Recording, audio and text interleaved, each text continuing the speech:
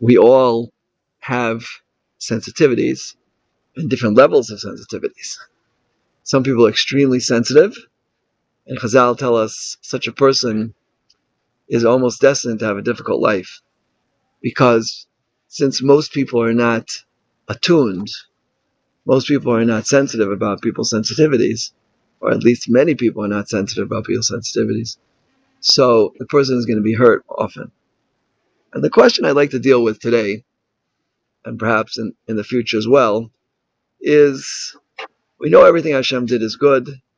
Kol mad avid rachman letov avid.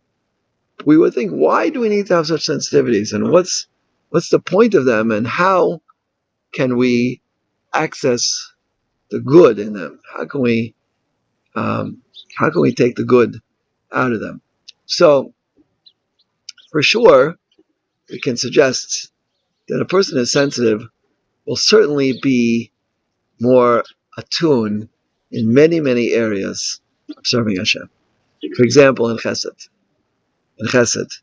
a person who understands that other people's sensitivities and sees what they're needing, he sees maybe they're not so happy today, as we see by Yosef Atzadik when he was in prison.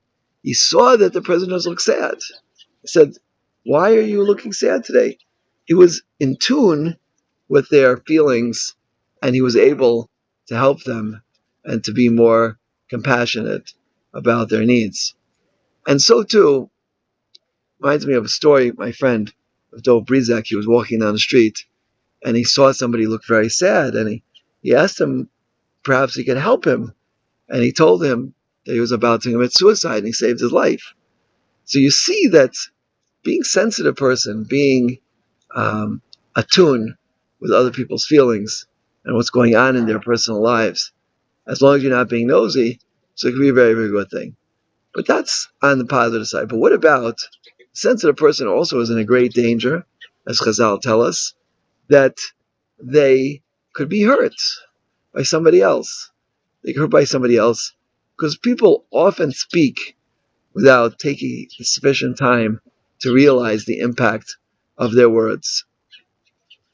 I always mention an incident that happened to me when I was in the Shiva of Rav Ari Kapinski, Hashem Yochim Damov, who was killed in the Har Nof massacre 2 years before. He had his daughter passed away right after Tisha B'Av, and someone came and told him, you have other children, just get on with life. And it was the most insensitive comment I've ever heard in my life.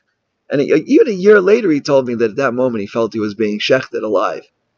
And I'm sure we all had incidents, perhaps not as powerful ourselves, where we were on the receiving end of a comment which was highly, highly insensitive and caused us the greatest pain. As Rabbi Dr. Avram Tversky would say, how would you feel like at the other end of such brilliant consolation? So what is it there for? What did Hashem... Again, we did explain that it has a very positive side. But how can we understand the great negativity that exists in the realm of sensitivity? And I believe we could suggest a number of answers to this question. But I'm going to just maybe bring out 2 points today. Number one is, Chazal tell us, Ezu Gibor HaKovish is Yitzroy. A person who is great is not the person necessarily, right? Tov erech apayim megibor, says the pasuk in Mishlei. A person who has patience is greater than a gibor. The greatest gvura, the greatest strength is inner strength. If a person is sensitive, yet he has the inner strength to overcome those feelings and those pushes that his feelings push him, so that's a truly great person. And a person can reach very, very great heights. On one hand, to be a sensitive person, to be a caring person, to care about other people, to feel for other people, right? To feel for other people. Yet at the same time, not to let that feeling, not to let that compassion overcome his or her rational thinking, and to be able to rise above it. To be able to rise above oneself and to make decisions not overly influenced by one's compassions and feelings, right? While it's very, very important to feel for other people, but when our own sensitivities are touched, then to be able to rise above that and to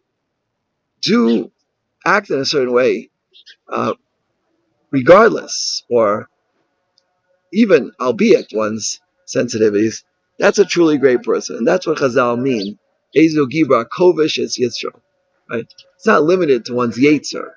Right? Any feelings that a person has, that are inhibiting him or serving Hashem properly in their relationships and in other areas. Now, that's not to say that somebody who's highly insensitive and is constantly throwing sensitive comments in your way, that you have to be friends with this person, or you have to, be in close contact with this person unless you have no choice in the matter. And even then, there's room for discussion. But what it means is that the ability to rise above insensitive speech and to do the right thing, even though you've been the recipient of an insensitive comment, that is a sign of a truly great person. That's point number one. Point number two is that we know that when a person, Chazal tell us, that the world is kayim, on the person who's boilim piv, the person who closes their mouth, the person who is a recipient of an insensitive comment and is able to be quiet and not to speak back, again, this is another sign that this is a truly great person. This is a person who has risen above the confines of oneself. And as we often quote David HaMelech, Hotzia mi masker nafshi lo zeshmecha, remove me from the fetters of myself. A person's sensitivities, they're fetters of themselves. They're very good. It's very good to have sensitivities and be a caring and concerned person. But when those sensitivities cause a person to get angry, impatient, upset, then it's a negative repercussion of the sensitivities. The ability to be a sensitive person and to be the recipient of an insensitive comment and to be completely quiet, to be bolam piv. Chazal are telling us an incredible thing, that the entire world rests on that person. How can we understand that?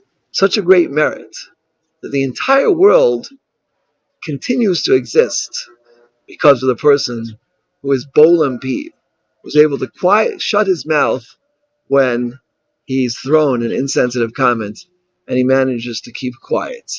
How do we understand that? Perhaps we can explain as follows. There are many, many transgressions that happen every single day, and there's many, many reasons why Hashem should turn this world back to Tohu Vavohu. We're certainly not meriting continued existence, and it's only because of Hashem's great chesed, His great kindness, that the world continues to exist. Right? But so Hashem keeps quiet. In fact, Chazal tell us that Daniel and Yirmiyah, they wanted to stop saying in Shemona Esrei, Gadol Giva Vanera. Why? Because they didn't. The base of Mikdash was being destroyed. How can you say it at such a point? Where do you see? They didn't feel and they didn't see and they didn't perceive Hashem's greatness. And yet came the Anshe Knesset Gedela. Why were they called the Anshe Knesset Gedela? Because they were Machzor Ateres Liyashno.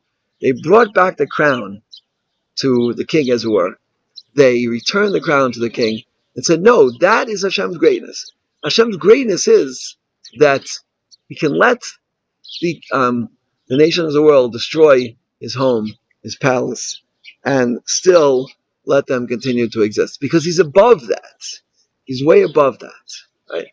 So too, the person who closes his mouth and says, I'm not going to react. I'm just going to listen and hear. I know that this is coming from Hashem, right? I know it's not coming from that person. As the Gra says in Mishlei Yud Alf Yotes, and in Rav Gershon Eilstein has said that many, many times in the past years, right? Nothing at all ever happens because of a person. It happens because Hashem is sending it to us, that message. The person's only a shliach. So the person realizes and understands that has nothing to do with the person who's speaking.